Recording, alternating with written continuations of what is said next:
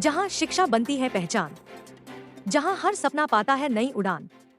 मुजफ्फरनगर के रहमत नगर में स्थित SS memorial DP junior high school साल 1993 से शिक्षा के क्षेत्र में एक मजबूत स्तंभ बनकर खड़ा है।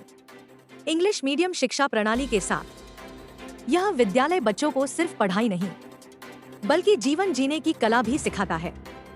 प्रधानाचार्य सज्जाद रजा एक अनुभवी, दूरदर्शी और प्रेरणादायक व्यक्तित्व, जिनके मार्गदर्शन में यह विद्यालय निरंतर प्रगति की नई ऊंचाइयों को छू रहा है। थोड़ा भावनात्मक टोन। प्रधानाचार्य सज्जाद रजा ने अभिभावकों से अपील करते हुए कहा कि बच्चों की बेहतर शिक्षा और उज्जवल भविष्य के लिए उन्हें सही मार्गदर्शन और सकारात्मक माहौल देना बेहद जरूरी है। स्कूल और अभिभावकों का साथ मिलकर ही बच्चों के सपनों को साकार कर सकता है। स्कूल ने गुणवत्ता, अनुशासन और संस्कारों का ऐसा संगम बनाया है जो हर अभिभावक का भरोसा बन चुका है। यहाँ मिलती है आधुनिक शिक्षा, अनुभवी और समर्पित शिक्षक, बच्चों के सर्वांगीण विकास पर विशेष ध्यान।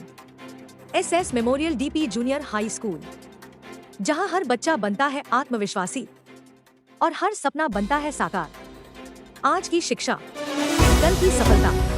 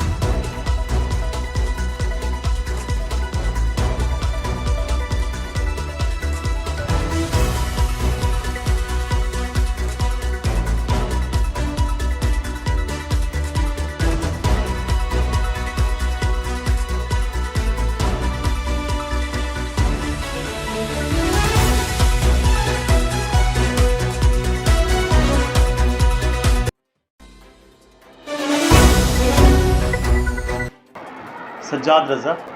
ये विद्यालय हमारा एक जूनियर हाई स्कूल है, DP Delhi public junior high school.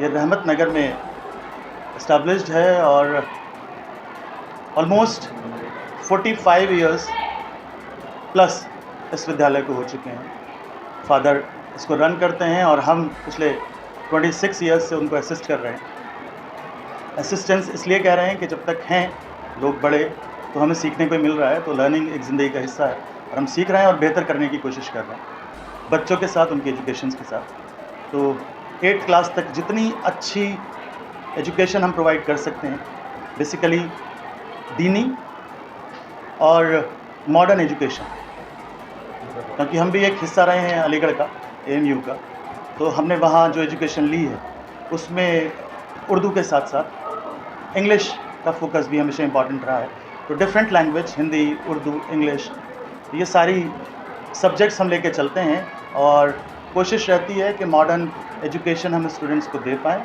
जो वो अपने इस प्रेजेंट सिनेरियो में एज ए कॉम्पिटिटर या एज ए कॉम्पिटिशन बेस्ड होके अपने आप को सक्सेसफुल बना सकें। बहुत ज़्यादा कोऑपरेटिव स्टाफ है। बेसिकली पॉइंट ये है कि यहाँ कोई डर नाम की चीज़ नहीं है स्टूडेंट्स में। अभी आप देख रहे थे कि कुछ स्टूडेंट्स आ रहे थे रेगुलर, तो सबको ये हिदायत है अगर किसी को कोई प्रॉब्लम है, कोई भी परेशानी है टीचर्स से या कहीं भी, तो वो खामोशी से, स्पेशली छोटे बच्चों को, 1st, 2nd, 3rd वालों को, कि वो खामोशी से चुपचाप मेरे पास आएँ और अपनी जो भी कंप्लेन है वो मुझ तक पहुँचा दें। तो ये उनके और मेरे बीच में रहती है बात। सेकेंड थिंग, वैसे तो कंप्लेंट्स आती नहीं क्योंकि टीचर्स बहुत कोऑपरेटिव हैं। थर्ड पॉइंट ये है कि इंग्लिश पे हमारा ज़्यादा फोकस रहता है कि प्रेयर में भी हर रोज़ कुछ सेंटेंसेस होते हैं, कुछ वर्ड्स होते हैं जो नए सिखाए जाते हैं, वोकैबुलरी वर्ड्स। तो यही पॉइंट्स हैं, यही विशेषता हैं। वही मैंने कहा मॉडर्न एजुकेशन, तो उसमें इंग्लिश का बहुत ज़्यादा अहम हिस्सा है। सर मेरी सिर्फ इतने से गुजारिश है कि स्कूल पूरे साल में, क्योंकि सरकारी छुट्टियां बहुत होती हैं, तो 200 से 220 दिन के लिए स्कूल खुलता है 365 में से। जितना हम करा सकते हैं, तो स्कूल सिर्फ एक गाइडलाइन देने के लिए होता है।